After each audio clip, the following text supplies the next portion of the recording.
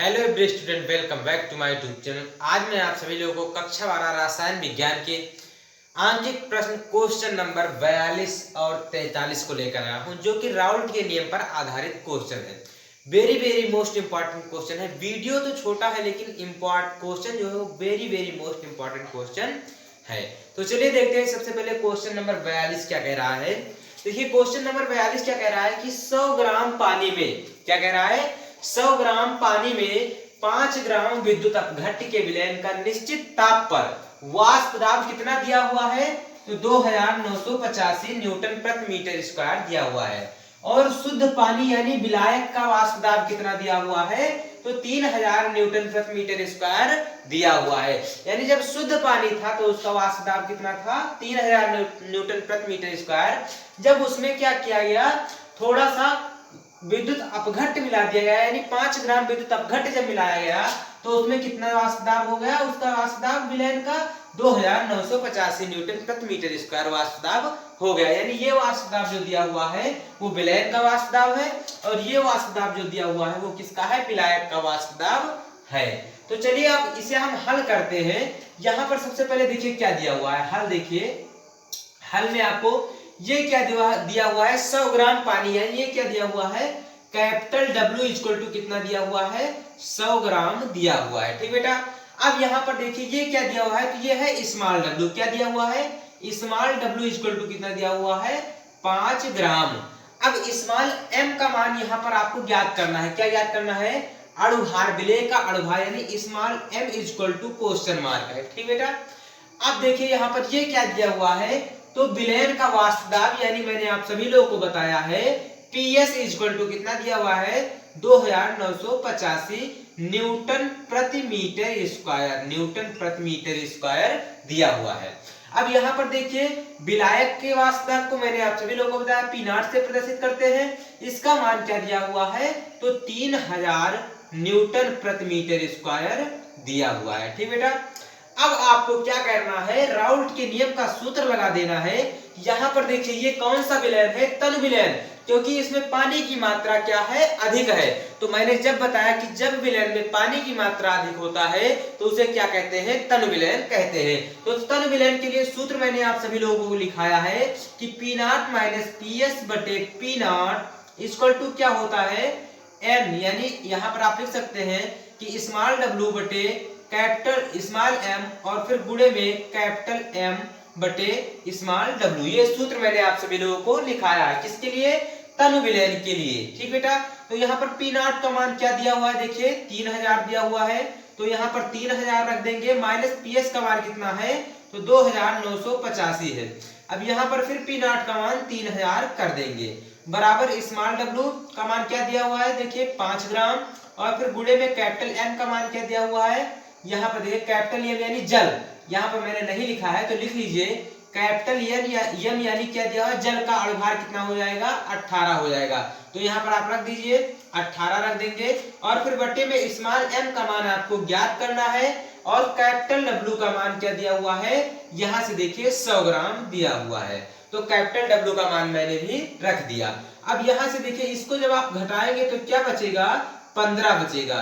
यहाँ से आप 3000 रख दीजिए इसे, और इक्वल टू यहाँ से जब आप गुणा करेंगे तो 90 हो जाएगा। 18 का जब आप 5 बार गुणा करेंगे तो 90 हो जाएगा, और स्मॉल m गुणे 100 हो जाएगा। ठीक बेटा। अब यहाँ से आपको क्या करना है, देखिए इस 15 को यहाँ लाना है, 3000 को ऊपर ले जाना है, तो मैं यही कर, और इस m को यहाँ पर लाना है। तो स्मॉल m इक्वल टू 90 गुणे 3000, 90 गुणे 3000, और फिर नीचे क्या करना है, 15 गुणे 100, क्या करना है, 15 गुणे 100।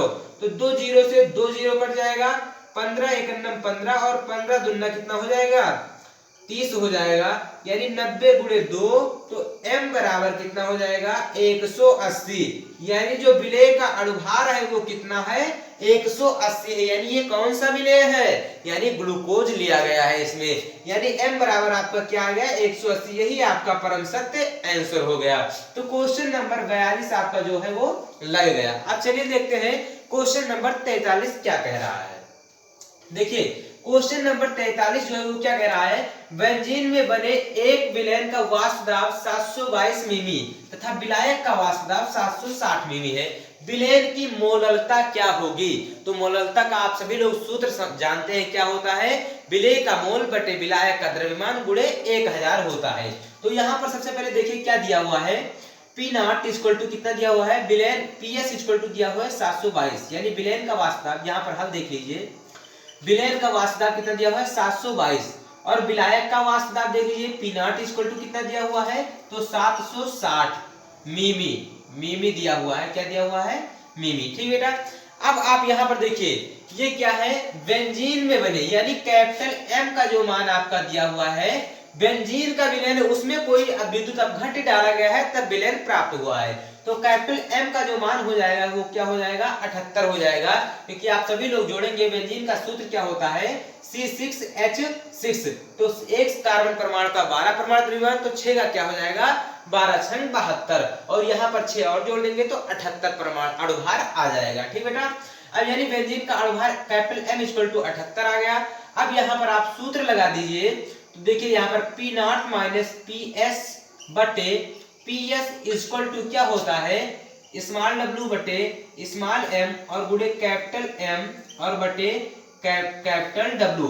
अब आप यहाँ पर देखिए ये तो आ गया, ये मोल हो गया और ये विलेय का द्रव्यमान हो गया, लेकिन अब गुणे में 1000 आपको चाहिए तो वो मोललता के बराबर हो जाएगा, तो यहाँ पर आप गुणे में 1000 कर दीजिए और यहाँ पर फिर जो आप ऊपर गुणा करेंगे उसी को आपको नीचे गुणा करना होगा। तो अब आप यहाँ पर देखिए इस m को मैं यहाँ पर लिख दे रहा हूँ, 1000 को यहाँ पर लिख दिया मैंने और फिर m को यहाँ मैं कर रहा हूँ ताकि आपको डाउट ना हो। अब ये देखिए ये क्या बन गया, विलेय का मोल ये है और ये विलायक का द्रव्यमान ग्राम में और गुणे 1000, ये किसके बराबर होता है, मोललता के बराबर। तो यहाँ पर मैं वही कर रहा हूँ, P not minus P S बटे पी एस इक्वल टू ये क्या हो जाएगा, मोललता, किसके बराबर हो जाएगा, मोललता के बराबर, और गुणे में क्या हो जाएगा, कैपिटल एम और फिर बटे में क्या हो जाएगा, 1000 हो जाएगा।